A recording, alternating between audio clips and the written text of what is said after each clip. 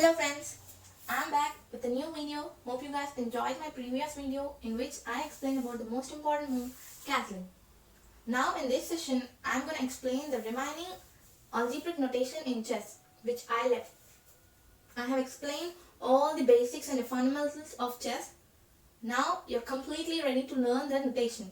Don't worry, it's very easy to learn. See, we often find the players note down their moves in the tournaments, so that they can rectify their mistakes after the tournament. So by using this notation only, they note down the moves. This notation is very important. So let's start. Let's start the notation. The first one among that is while moving the pieces. So the notation that is used while moving any piece. So if you move any piece to any square, then place the first letter of the piece being moved in front of the square's name. See, for instance, if you have moved the king to e4 square, e4, then the move becomes k e4 because k is the first letter of king. The spelling of king is this one. First letter is k. We will place k in front of the square's name. So I have moved the king to e4 square. So the square is e4 and k is the first letter of king. So this is the move. You can test some other. If I have moved queen to e4 square, then the move becomes q e4 because the first letter of queen is q and the square is e4. Means queen is moved to e4 square. You can take bishop. First letter of bishop is b. b e4. Means bishop is moved to e4 square. And if you take a knight, if I move the knight to e4 square, then you should not think that the move will be k e4 because the first letter of knight is k. So we will just place k e4. Wrong. Because we have already allotted k to king. So to avoid confusion, we will not choose k from the knight. No, we have already allotted k to king. So we will just switch to next letter, that is n. So for knight it would be n e4. The move would be n e4, means knight is moved to e4 square. So this is about pieces. If a pawn is moved to e4 square, then pawn moves are recognized by absence of any letter. So if pawn is moved to e4 square, it's not like we need to keep p e4. No need, because spelling of pawn is this. The first letter is this, p. So we'll just place p e4.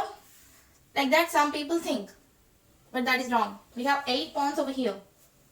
It would be a great confusion. So to avoid the confusion, we won't use any letter. Just we write the square's name, e4. This symbolizes that pawn has been moved to e4 square. So this is the notation while moving the pieces. And the second is the notation used while capturing. This one. So capturing are indicated by a cross symbol, by using a cross symbol. So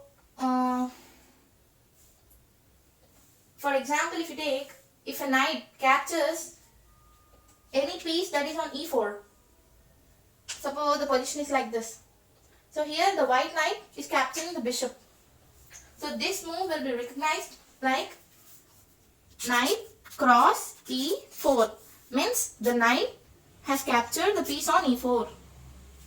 So this is how you need to write the move while capturing. If you take some other piece, this is like this. Here the queen has captured the bishop. So the move becomes q cross e4, means queen has captured the piece on e4. Likewise, if king captures, k cross e4, means king has captured the piece on e4. If bishop captures, then d cross e4, means bishop captures the piece on e4.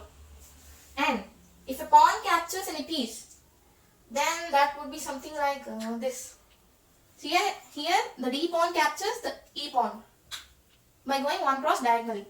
So this move will be recognized as by mentioning the file name. So here the d file pawn captures the e pawn So the move becomes d cross e4. So after capturing, it has reached to e4, right? So it becomes d cross e4. Means the pawn in d file captures the pawn in e4 square. So this is about capturing. So now we'll see another notation. See, if two identical pieces can go to same square, then you must clearly identify which piece is actually moving. So if you just consider this position, here the knights are on, one on c3 and the other on g3. The common squares to the both knights are e4 and e2. So if we just simply write ne4, means knight is moved to e4, we'll have a confusion that among the two knights, which knight is actually being moved to e4. So to avoid the confusion, we'll just mention the file name. Here this knight is on c5 and this knight is on g5. So to avoid that confusion, we'll use this slide. We'll rectify it. So if c3 knight is being moved to e4, then it would be n c e4. Nice, no? Means here it means that knight which is on c file is moved to e4 square. If g3 knight is moved to e4, then it would be n g e4. This means that the knight which is on g file is moved to e4.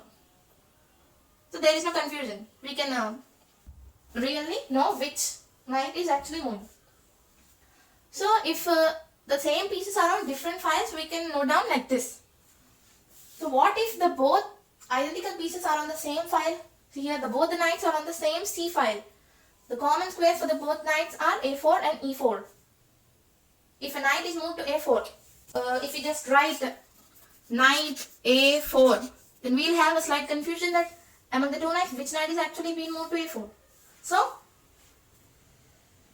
to get clarity, we'll mention the rank number.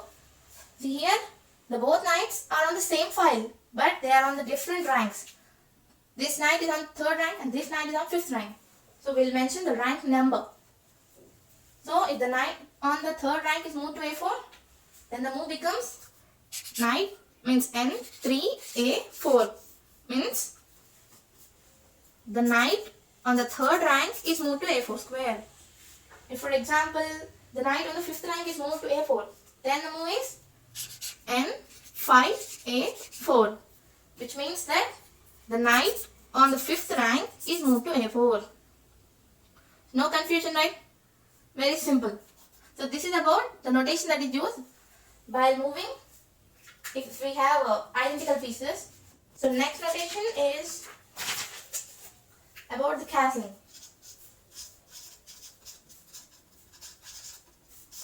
About the castling.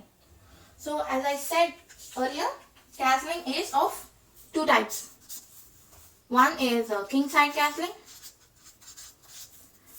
and the other is the queen side castling.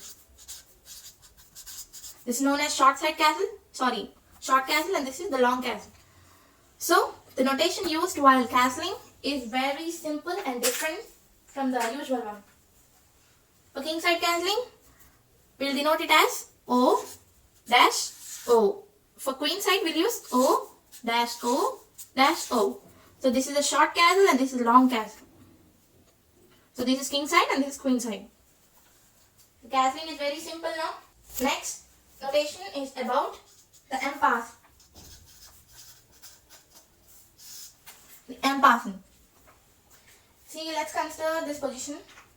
The pawn is on 5th rank and the pawn on the d file wants to come to d5 square by using the option of relative straightforwardness. And here the white pawn has the chance to capture now.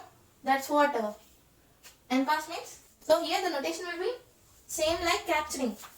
See how the pawn captures normally like this. We just said the same way you will just write. See here the e pawn is capturing the d pawn. So the move will be e cross. Which pawn it is capturing? d5. So e cross d5. So it's capturing the pawn on the e file is capturing the d5 pawn. So it is e cross d5. E pawn captures d5. So at last, after writing this move, you will just add a small ep like this. At the end of the move, you will just add a small EP, which means en passant. Means this denotes that the capturing has done by the rule of en passant. This is about capturing. And if you make any check to your opponent king, suppose this is the position. Here the queen is moved to f3 square and makes a check on the opponent king. So here the move becomes, the notation will be like q f3 plus. You will add a small plus symbol to indicate the check. See here the queen is making a check on the opponent. So we'll add a small plus symbol. Means after making this move, the white is making a check on the black. If a rook is moved to f3 and makes a check, then it is rf3 plus. After making this move, we got the check. The first letter will be capital and the next square. This is the square number, no? Square name, no, f3. The rook is moved to f3. So the square name will be written by the small letters. But the first letter of the piece name will be in capital letters. So this is the notation that is used while making the check. And next, if you make a checkmate, then it would be indicated by double plus like this, or you can add this symbol. Either you can use this symbol or this symbol to indicate the checkmate. And the next notation is the pawn promotion. Notation used in pawn promotion. So after reaching the 7th rank, the pawn will be ready to become any piece. After reaching the e8 square, it can also become a queen. So the pawn will be replaced by the queen. So this move will be written as e8 equals q. Means the e8 pawn has been promoted to queen. If rather than queen it becomes any piece, say rook. If the pawn is promoted to rook, then it would be e8 equals r, which means that the e8 pawn is promoted to rook. If it is promoted to bishop, then it is e8 equals b. e8 pawn is promoted to bishop. e8 equals n. e8 pawn promoted to knight. So rather than king and pawn, it will promote to anything. See, in some notation we will find this kind of notation, right? Don't panic when you see this kind of notation. That means that this first move is played by white. Remember that the game will be open with white. White always plays first and the black will make a reply to that. So this move is white's, this move is black's.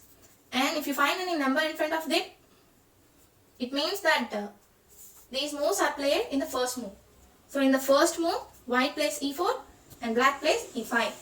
So first move will be white and the second move will be the blacks.